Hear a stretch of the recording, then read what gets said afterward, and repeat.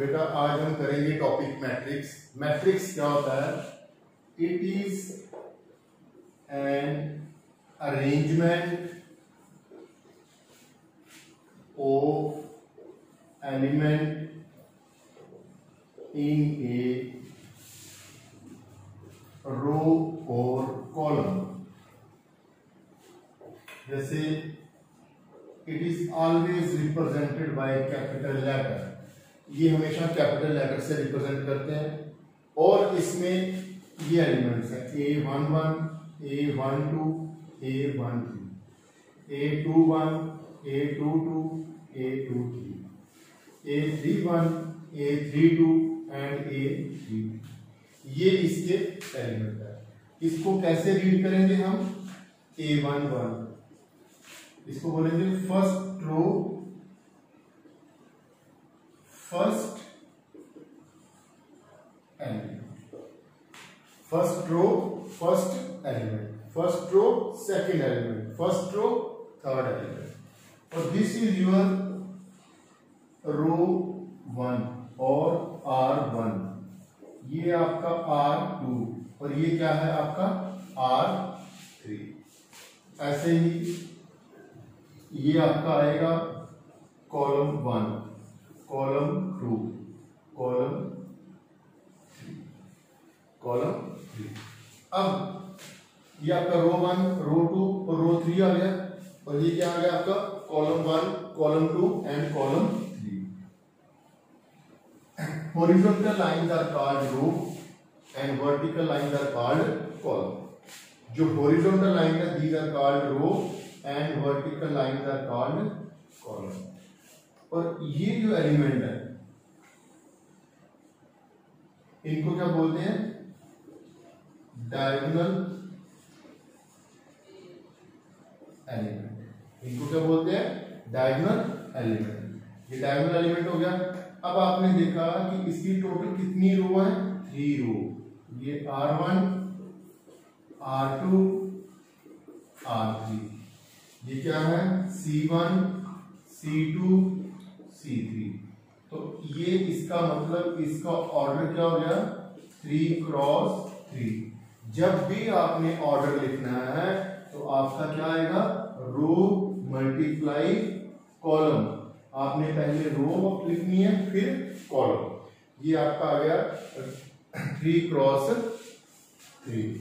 In short मतलब हम matrix को कैसे लिखते हैं? A I J M cross N। This is your row, this is your column. ये शॉर्ट फॉर्म होती है AIJ M क्रॉस N। तो इसमें आपका क्या आएगा? फर्स्ट वाला रो और सेकंड कॉलम। सपोज कर लो आपके पास कोई मैट्रिक्स है 2 0 1, ये -1 7 6। अब देखो इसकी रो कितनी है? R1 और R2। कॉलम कितने हैं इसके? 3 कॉलम है। तो इसका मतलब इसका ऑर्डर क्या हो गया? 2 क्रॉस 3। ये इसका ऑर्डर आ गया। अब सपोज कर लो ये एक मैट्रिक्स है, इसका एलिमेंट कितना है? इसकी एक ही रो है और एक ही कॉलम है। तो इसका मतलब इसका ऑर्डर क्या आ गया आपके पास? 1 क्रॉस 1। कोई और एग्जांपल ले लो। बी, ये सपोज कर लो 7 - 6 1 4। अब इसकी कितनी रो है? R1 R2। कॉलम कितने हैं? 2 कॉलम है। तो ये ऑर्डर कितना हो गया इसका? 2 क्रॉस 2। तो ये इसका ऑर्डर आ गया 2 क्रॉस 3, क्योंकि इसकी 2 रो 3 कॉलम है। ऐसे you can construct so many example. अब ये सपोज कर लो मैट्रिक्स है 3 1 1 2 -1 7। कितनी रो है इसकी? 3। तो ये आएगा 3 क्रॉस 2, क्योंकि इसके कॉलम कितने हैं? 2 कॉलम। अब इसके 3 रो है और 2 कॉलम है। तो ये कितना हो गया? In the same way you can construct so many examples. In the same way you can construct so many examples. अब सपोज कर लो आपको कोई क्वेश्चन आ जाता है कि एग्जांपल है, कोई भी एग्जांपल सपोज कर लो construct 2x2 matrix whose elements are aij is equal to I upon j। अब आपने क्या करना है, 2x2 मैट्रिक्स कंस्ट्रक्ट करना है। तो देखो 2x2 मैट्रिक्स, लेफ्ट ए कितना है, A11 A12, ये कितना हो गया A21 A22। अब 2x2 बोला हुआ था तो आपने 2 रोज और 2 कॉलम कंस्ट्रक्ट कर दिए, ठीक है। अब ये देखना A11 ये फर्स्ट वाला आई है और सेकंड जी है, किसके इक्वल हो गया 1/1, ये 1 A12, इसमें आई कितना है 1 और ये सेकंड जो है वो क्या है जी, ये आएगा 1/2। A21 आई कितना है 2, जे कितना है 1, तो ये आएगा 2/1। फिर A22 तो ये किसके इक्वल आ गया 2/2। अब आपने सारी वैल्यूज इसमें सब्स्टिट्यूट कर देंगे, तो ये आएगा 1/2 2 1, क्योंकि ये करेंगे। In the same way suppose कर लो आपने यही कंस्ट्रक्ट करना है, तो ये आपका आ गया 1/2 3i - 3 देगा I - 3g। अब आपने एक मैट्रिक्स करना है 2x2 जिसके एलिमेंट्स जो हैं वो ये हैं I - 3g। तो सेम वे A11 1/2 I कितना 1 - 3, j कितना 1, तो ये आएगा 1/2 माइनस ऑफ 2 मॉड, माइनस का मॉड क्या होता है प्लस, तो ये कितना आ गया 2, ये 1 आ गया। अब A12 कितना होगा A12 I कितना 1 - 3 × 2, तो ये आएगा 1/2 1 - 6 -5 तो 5/2। A21 1/2 2 - 3:1 1/2 -1 और -1 का मॉड 1/2। ऐसे ही आपका A22 आ जाएगा, तो A22 कितना आएगा 1/2 2 - 3:2, तो ये आ गया आपका 1/2 -4, तो ये आपका आ गया 2। ये सारी वैल्यूज आपने यहां पर सब्स्टिट्यूट करनी है। Therefore A is equal to 1 5/2 1/2 and 2। This is your 2x2 matrix. In the same way आप 3x3 कर सकते हो, 3x2 कर सकते हो, 2x3 कर सकते हो, इसमें कोई डाउट नहीं है, मेथड सेम है आपका। अब इसमें मैट्रिक्स आएगी, मैट्रिक्स की डेफिनेशन है कि ये आपने इसमें अलग अलग, जैसे सपोज कर लो रो मैट्रिक्स। रो मैट्रिक्स का मतलब क्या होता है, ओनली 1 रो। फॉर एग्जांपल जैसे ए मैट्रिक्स है 3 2 and 1। अब इसमें सिर्फ एक ही रो है, ये देखो R1, कॉलम कितने हैं इसमें 3 कॉलम है, C1 C2 C3, इसका ऑर्डर क्या हो गया 1 × 3। अब इसमें सिर्फ एक ही रो है, इसलिए इसको हम रो मैट्रिक्स कहेंगे। अब कौन सा आ गया column matrix. Column matrix consist of only 1 column, consist of only 1 column, सिर्फ एक ही कॉलम आएगा बेटा इसका। जैसे सपोज कर लो 3 2 1। अब इसमें रो देखो कितनी है, R1 फिर R2 फिर R3 और कॉलम कितना है 1, तो ये आएगा आपका 3 × 1, तो ये आपका कॉलम मैट्रिक्स आ गया। इसके बाद रो मैट्रिक्स आ गया, कॉलम मैट्रिक्स आ गया। इसके बाद क्या आएगा आपका स्क्वायर मैट्रिक्स। स्क्वायर मैट्रिक्स क्या होता है, जिसमें नंबर ऑफ रोज जो है is equal to number of column, जिसमें number of row is equal to number of column. 2 7 -1 3। अब इसमें R1 R2 C1 C2 2 cross, ये क्या आ गया आपका square matrix. In the same way ये 3 क्रॉस 3 भी हो सकता है, 4 क्रॉस 4 भी हो सकता है। तो ये आपका आ गया स्क्वायर मैट्रिक्स। इसके बाद आपका आएगा डायगोनल मैट्रिक्स।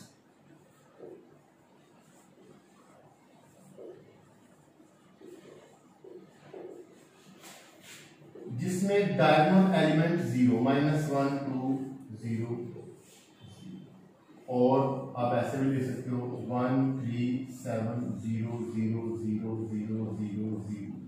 तो ये क्या हो गया आपके डायगोनल। इसमें क्या होता है कि डायगोनल एलिमेंट जो है वो नॉन जीरो आएंगे, बाकी सारे जीरो। फिर आएगा स्केलर मैट्रिक्स। स्केलर मैट्रिक्स भी डायगोनल होता है, बट उसके जो डायगोनल एलिमेंट हैं वो सेम आते हैं। ये देख लो, जैसे ये 3 3 3 0 0 0 0 0 0, ठीक है। Diagonal elements are same. और आइडेंटिटी मैट्रिक्स,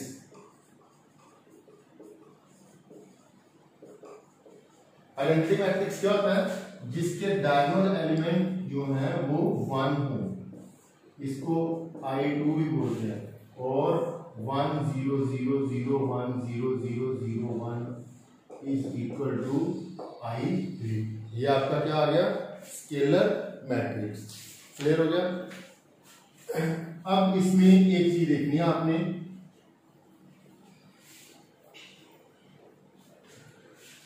डायगोनल एलिमेंट के रिलेटेड है, बड़ी इंपॉर्टेंट। Diagonal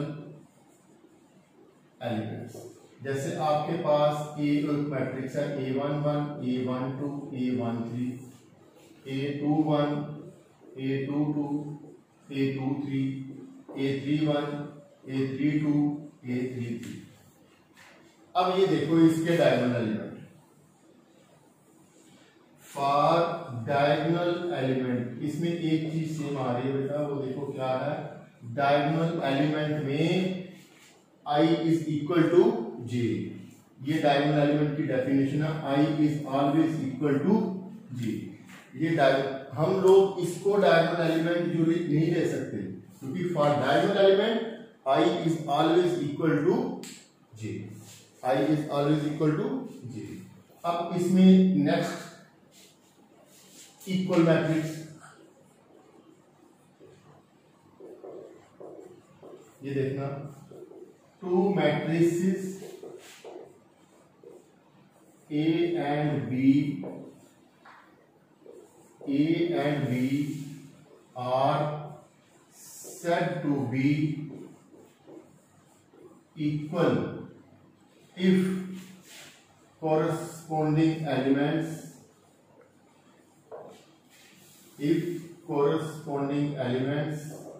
are same। जैसे सपोज कर लो A एक मैट्रिक्स है A11 A12 A21 A22, B एक मैट्रिक्स है B11 B12 B21 B22। तो अगर A is equal to B है, इट इंप्लाइज, ये तभी होगा अगर A11 किसके इक्वल है B1। First element should be equal to first element, second element should be equal to corresponding element. जैसे A12 is equal to B12, A21 is equal to B21, A22 is equal to B22। तो इस तरह corresponding element है that should be equal. अब इसका कोई भी question आप कर सकते हो। एग्जांपल्स ये देखो, सपोज कर लो A एक मैट्रिक्स है आपके पास x-1 3 y z/2 0 -t alpha 7 and 2y। तो ये किसके इक्वल है 2 3 1। 4 0 3 -5 7 and 2। अब इसमें क्वेश्चन क्या है, फाइंड द वेरिएबल्स। आपने वेरिएबल्स फाइंड करने हैं। a is equal to b।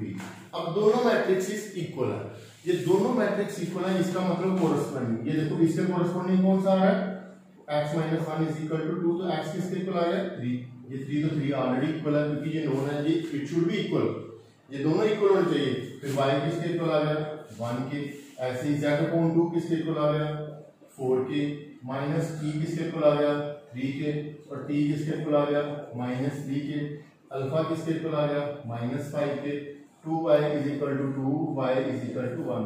ये ध्यान रखना कि जो सेम वेरिएबल है उसकी वैल्यू सेम ही होनी चाहिए।